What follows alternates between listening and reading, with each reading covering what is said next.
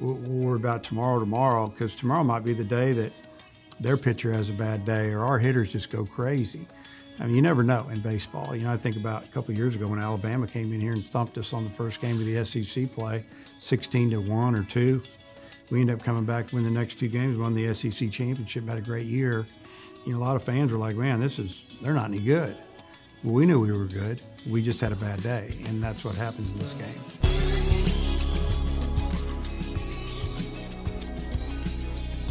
Y'all are still in the same home, right? Yep. And I understand y'all not quite empty nesters. They all kind of come back to the nest, so to speak.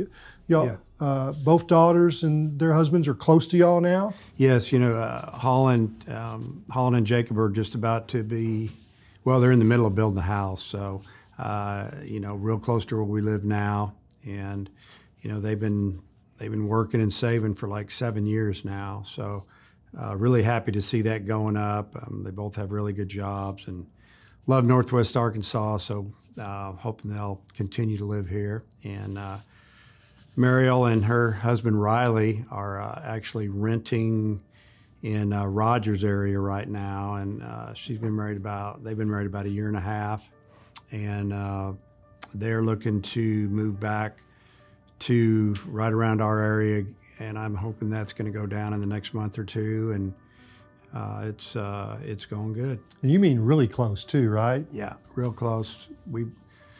We probably within a mile of. Yeah. We all live within a mile of each other, so that'll be fun. Well, be fun to go out to eat and do things. Well, that's good for Karen, right? Especially during baseball season. Yeah. It makes it fun. You know, coming to the games and meeting after the game, going to eat, hanging out, and you know, I think any parent will tell you they wish that their kids could be closer if they're not. I think that you know, time flies, and you want to be around them as much as you can, and hope that everything's going well with them. You get to see them eye to eye, and you know, it just makes things better. Well, I know how close your girls and Karen, you know, and you can just see them at games, and especially after big games when they might get to come on the field and you see all that. It's pretty sweet. They're pretty ate up with baseball. They're educated, and they know when we've won and we've been fortunate. They know when we've lost, when we blew it. They know the game, and it's amazing, you know, just over the years watching the girls, or my daughters, just learn the game, and you know what's expected and how you're supposed to act and play and all the different situations. And you know, they're not like my wife critiquing, why didn't I bunt here, or why did we do this or that. Karen does that? Oh, every now and then. It's kind of funny. I kind of enjoy it, actually. But she gets it, and they all get the game. Okay, I asked you this question a few years ago, and you were really into it.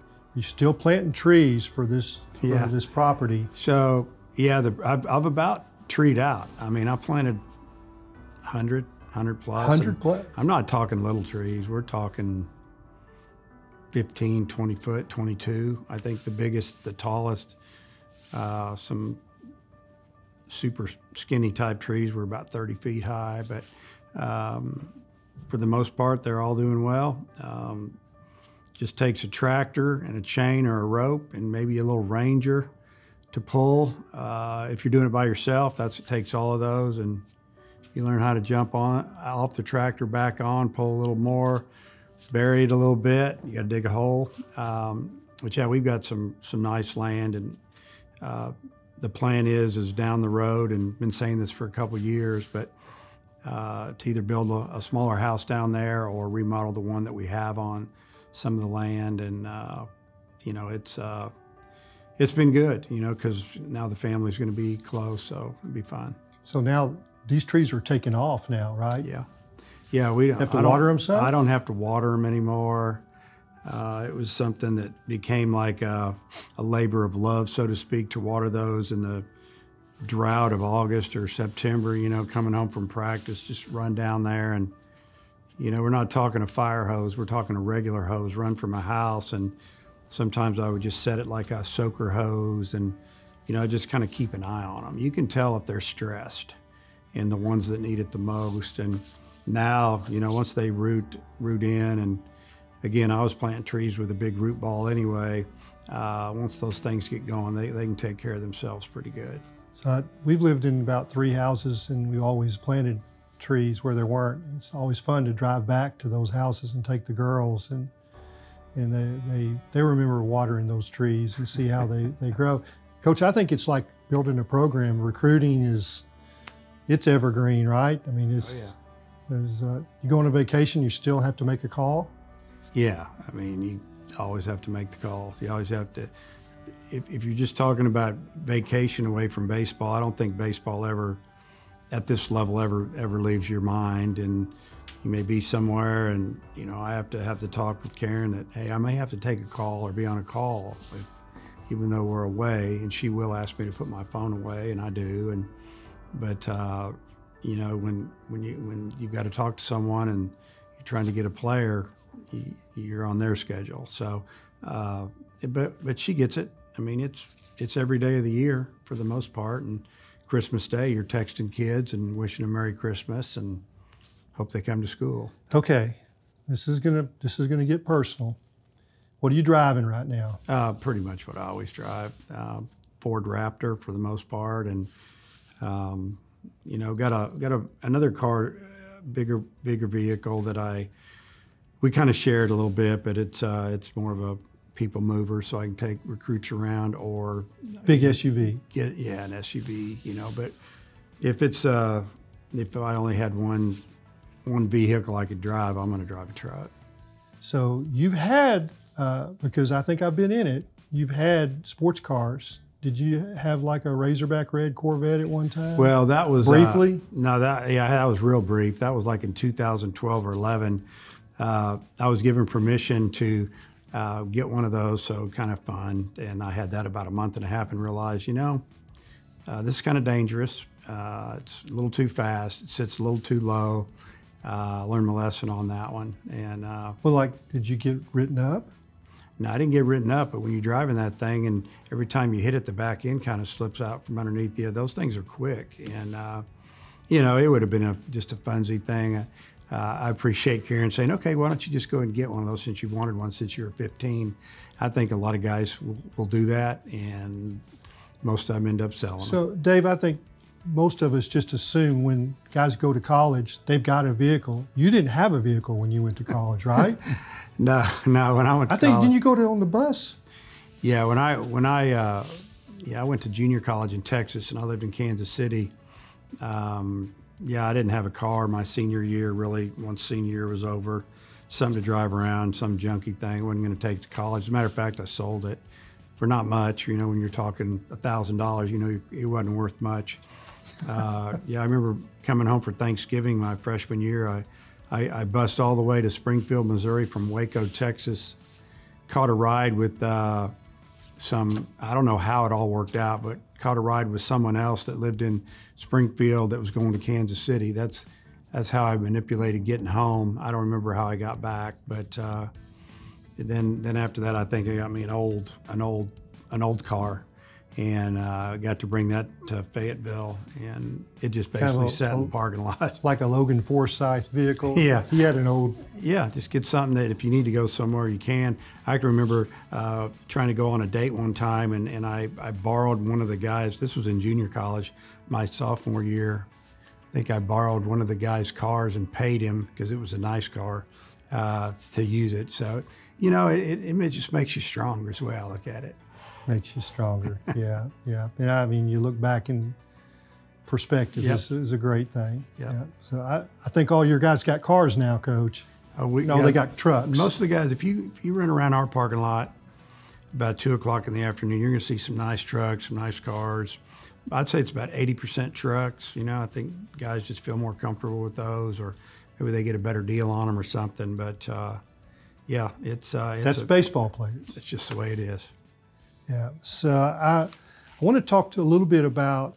I've always had an admiration the assistant coaches that you've hired, and it's a long string of really, really top character, classy guys. And I don't know how. Maybe a little bit of that is luck, but But if you would just kind of go through and your staff is just unbelievable right now. And I could, some of your old guys are my friends, you know that. Oh, yeah. I've been very fortunate that most of the hires, I'd say about 95% of them have been, really good people, really good coaches. You don't have to worry about them, and they do their job. And it's one thing I tell the coaches when I hire them or I'm interviewing them is that I'm not going to micromanage you. I'm going to let you work. The University of Arkansas will take care of you financially really well. So I shouldn't have to manage you like that. You go do what you do and do a good job. And they've all done that. I've got Nate Thompson's been here for about 5 or 6 years now, and he's done a tremendous job. He works extremely hard, very intelligent, loves to work with hitters. I mean, that's his passion.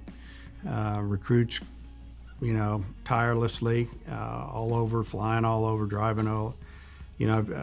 Matt Hobbs is the same way. He's just a pitching guy. And, they're both tough evaluators. I feel like that, they just don't jump because somebody tells them that they've got him a really good player here, and they're going to want to see him. They're going to want me to see him. A lot of times on the infielders, they'll want me to go cross-check them, which I appreciate that. And so that just shows you that they don't let their ego get involved. And I think that our whole program's built on that. We don't care who gets credit. We just want to get it done. And that's kind of the way we do it. Well, they're learning from you when you cross-check. You're explaining they're going to be head coaches someday, and they're going to have to look at infielders and do cross-checking. So they're learning those little idiosyncrasies that you're watching for. Yeah. And then Bobby Werniss is, I assume he's going to be a coach. Bobby. He was a minor league manager. Bobby's, I don't even, his title right now is volunteer assistant coach, and I hate the word volunteer because volunteer makes the general public feel like that they're just there every now and then, and it's nice to be able to do that, and it's funsy for them. We're talking full time every day, doing everything that we do, and he's Coach Thompson's right-hand man with the hitters. He oversees the catchers full time, and he helps me out a little bit with the infielders when there's time. Throws batting practice almost every day. Bobby could have taken, in his last 3 years here, he could have left 5, 7, 10 times already to go back to pro ball. I'm sure he could have gotten some other college jobs. I mean, he's turned down a lot of money. I mean, like 6-figure money to stay here. 6 figures. And basically make camp money. And then he gives lessons, but that's all going to change this summer. And the aspect, I'm sure you're excited to watch him do, he'll get to recruit. Yeah. And that's the way the volunteer, it's going to be a third assistant. Right. Yeah, the way the rule reads right now is that you can only have 3 coaches recruit. So, if some coach maybe got injured, or example, if I wanted to take a vacation, which you don't in the middle of recruiting, you can actually get your volunteer some time out on the road with a waiver. One coach is coming off me or whoever for whatever reason. And we did that with Bobby a couple of times, and he did a tremendous job. And we have the opportunity to hire a third coach, and baseball, for every indication that I've gotten from our administration, is going to get to do that, because I don't know if they all are all over the country. I've already made it known because I don't want people bothering me. I'm going to hire Bobby. I made that commitment to him, and because when he's coming to me saying, "Hey, I don't want to bother you, but I need to talk to you," and I'd say, "I know you probably have a job offer, but you're going to get the job," and I just have to keep reassuring him. So he's going to be a good one. Dave, your coaches, and I'm going to say this is from my experience, you've been really good about letting them do interviews. And I can, I've done interviews at the College World Series with your assistant coaches on the side. Is that kind of training for them, or maybe that takes a little away? You don't have to do them. It takes a little away from me, but there might be some coaches out there that they want to do all the interviews. Why? I don't need that. I don't need to do all the interviews. I want I want our coaches to go speak in public or speak to the media, not because so much that it's a good experience for them. It's just because they're the ones that are going to be asked the questions about pitching or hitting because they work with them. So why shouldn't they be the one out front on that? So although it is good experience, for them to go out and do that, they're not seeking it all the time, especially in season. There's such a demand for them to get their position players ready. But when I get asked, hey, can I talk to Coach Hobbs or Coach Thompson or Bobby, I'm always here. That'd be great. Well, they've been excellent, and I mean, I can go back through some of your other coaches, Dave Jordan and Todd Butler, for instance, and Wes Johnson. They all were really fun interviews. So great, and they would dive into the personalities of the players, which Tony Vitello same way. So I think we look around the college landscape and everybody understands, the portal and everything, and they're like, well, how has Dave Van Horn had to change because of the portal? But to me, baseball is the sport that was more closely attuned to what's going on now.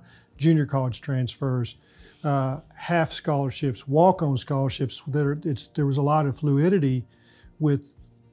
You've always taken one-year players and done well with them, either from the junior college or four-year transfers. Yep. Well, the portal is what it is, and whether I agree with it or not, I just think it's just another way to recruit now. And if you don't work on getting guys out of the portal, you're going to get left behind. And what I've said, especially in the last year or so, because you really see it, teams are going to be old in the SEC. There's not going to be, very rarely you're going to see a team starting 4 freshmen in the field and 2 freshmen maybe on the weekend. Yeah. Because if you do, they're going to have some good days, but they're going to lose a lot. You can't win consistently at this level with a bunch of young guys. It's just really hard. And young kids coming in, they don't understand it, but there are guys that are ready to play right when they get here. And we've got guys on the team now. We have a lot of guys in the past, Caden Wallace. You think about Zach Cox and James McCann, and I could go on. And they're ready to go when they get here. They just need to, they still need a little bit of time. But experience, you can't replace it at this level. So the one thing that I see in the college game that is different than maybe the other sports is injuries, and that you have to be able to change and adapt. And y'all are going through a little bit of that this year, but that's like always been the case. So just how do you do that, and how do you make sure you're developing young players so that you're ready for? Yeah. Well, you have a lot. Injuries this year have been amazing for us. I mean, it's like you're kind of like, wow, when's this going to stop? And it's not like it's all the same injury, because if it is, and you're thinking, what are we doing wrong? It's been different injuries, whether with the pitchers, the little injuries are going to happen and you're going to recover. The major ones are the ones that hurt you when the guys are done for the year, and you're, for the previous year, you're thinking this is the role of this person. Yeah, Jackson Wiggins, 100 innings, whatever. I don't know. 100 innings there, and another pitcher that was probably going to eat up about 60 or 70. It's tough, but again, like you say, you have to adapt, and you just have to. You have to bring some guys through. Some younger guys are going to have to pitch more. You're going to have to, be patient. I am, and we're going to pitch some of these young guys more than I was planning or coach was planning. And they have good arms, or they wouldn't be here. It's just about being able to handle the running game or handle the pressure of pitching on the road or in front of a lot of people. They got to get through that. And we're going through that right now. Fortunately for us, we can swing the bat a little bit. We can score some runs. We still have some really good pitchers that have experience. We just don't have the depth that we thought we did. We're going to have to be, in certain situations, we're going to have to be flawless. Yeah, y'all absorbed Peyton Paulette last year, same kind of deal. And that was a Friday night guy that you lost, and and go through other years. You just hope it doesn't, that the curtain comes down and you stay healthy for a span, and usually you do. Yeah. Well, it's kind of one of those things. you know you're going to get hit with some injuries. You just hope they're not season-ending. You know, with Peyton, when he got hurt the May before, he was still learning how to pitch. He's had a great arm. He would have his ups and downs, but you could kind of see the future. And then when he hurt his arm, we thought he should have had the surgery right then. But they were saying, when I say they, you know, the images that were being seen, and, well, it's not quite torn or whatever, but we didn't feel good about it. Yeah. And he built up, and he was throwing really good in the fall, and then January came through a couple of bullpens. They looked at it again, it was torn. We wouldn't have had him anyway, as far as selfishly for us, but he could have gotten that fixed a lot earlier. You know, with Wiggins' crazy injury, he threw the best he's ever thrown in the fall. You know, he didn't really. A lot of people don't realize this. He didn't tear his ligament. The ligament ripped away from the bone, and that's just from serious strength and arm speed. That was strange, but it's happened, and now it's happened. And you know, you just as a coach, you just go, okay, well, we've been kicked in the gut. We got to find a way to bounce back from that. And we've had a couple others, and one of them's season ending, and we're trying to get Tiger back right now, but it's going to take another 5 weeks, and we got to try to keep our head above water until he gets back to help maybe be that guy that can help kick it into gear, take us to the house. Dave, I've heard you say this, that it may change the way you manage the game. Mm-hmm. And I mean, is that how you use your middle relievers, or how you maybe stretch out your starters? Both of those, but really more than anything, it's how we use our starters. Are we going to start them? Are we going to leave a starter in the bullpen in case we have a chance to win that early game on Friday or Saturday? And, you know, we did it in 2004. We had Clint Brannon, Charlie Boyce going 1 and 2, TBA'd Sunday, and Jay Sawatsky would come out of the pen and pitch here, pitch there, maybe pitch twice a weekend. If he didn't throw a lot, he started on Sunday. It worked out. Not saying that's going to be the formula for this year's team, but it could be for a while. But we just gotta take one day at a time. And in baseball, you usually try to plan things out. And you got your Friday and your Saturday and your Sunday starter, and you mix in the other guys, try to finish games. But 30-game schedule. The teams in this league are really talented this year. You look, everyone's ranked. They're all scoring. They're all pitching. You know, when you got a chance to win an SEC game, you better win it. I've heard you say that so many times, that whenever and how many ever pitchers it takes to win a game, you worry about tomorrow. And I saw that with Sawatsky. And now, this is a word that was not being used in 2004, but he was your high leverage guy. And it was whenever. Yep.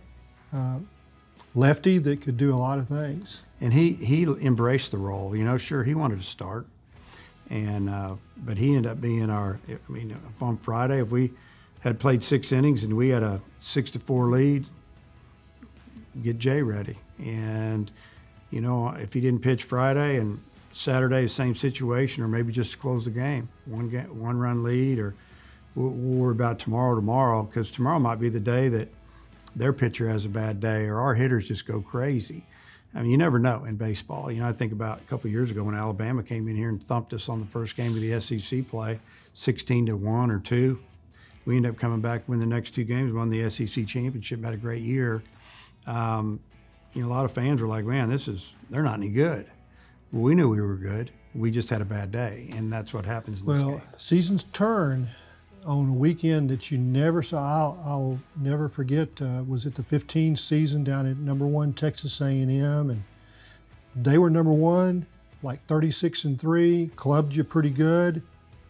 Then y'all got to, maybe they're about to club you again, and the rain came. Yep. And then y'all put them on them in about 17-4 and 10 innings the next. And really, it's 2 games the next day. Yeah, everything was going wrong for us. We got beat on. I think we blew a game on. I don't know. It was Friday. We're gonna something happened. We were playing a game, and then I'll never forget. We had like a 2-run lead. They had the bases loaded, 2 outs, and the storm came in. The wind did a 360. It went from blowing one way to blowing straight out as hard as it can blow out, because it was within 2 minutes of raining. And they hit a fly ball that was a regular fly ball, We just kept backing up, backing up, backing up. Ball blew out of the park. Unbelievable. Grand slam. They take the lead by 2 or 3. Storms come, blow us out. We all go home. We're going to finish that game and play another game on Sunday.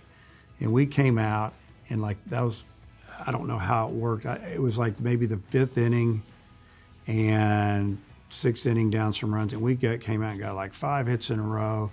They brought in all their guys. We just kept hitting them. Came back and won that game, and then smoked them in game 2, which was a 7-inning game, I think. And we ended up winning the series, and we never looked back. Yeah, and that was a collection of talent at A&M that probably maybe they had it last year, yeah. but pretty good bunch of guys. I don't remember all the names. Baseball, Nick Banks, funny maybe. Game. Yeah. It's dated up. Let's talk about the way the rules have changed. Yep. And it looks to me, the fans are struggling with it, but the people that are struggling with it most might be the umpires, because it has completely changed their jobs, the pitch clock and the way it's administered.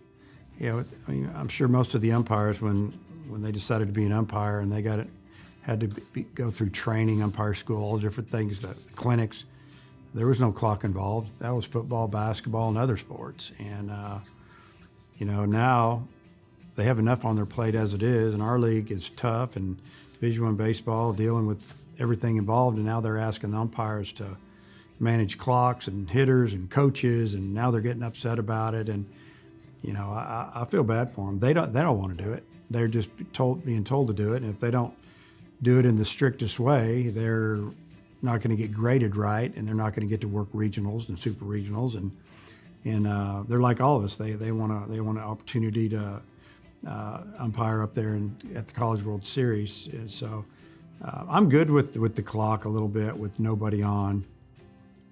Speed some things up, but when runners on base, it changes the game. The thinking, the signs, the strategy, you don't have time to change things hardly. If everybody was using headsets like a football quarterback, and you can do that a little bit more, but the position players aren't involved in different things. If everybody had an earpiece and I could just say something, or Coach Hobbs or whatever, might be a little bit different. But it's There's not time for you to give signs, right? No, not to the infielders. Now we could tell the catcher, then he's got to go out and do it. Well, that's not the way we had done it in the past. We'd go through the infielders and they'd give signs. We don't have time to do that anymore. Bunt calls, all stressful. Defense. Yeah. So now we're trying to run everything. They just look at me. It used to go through me to maybe the third baseman, the first baseman, then they'd put on the signs. But yeah, it is what it is. We all have to adapt.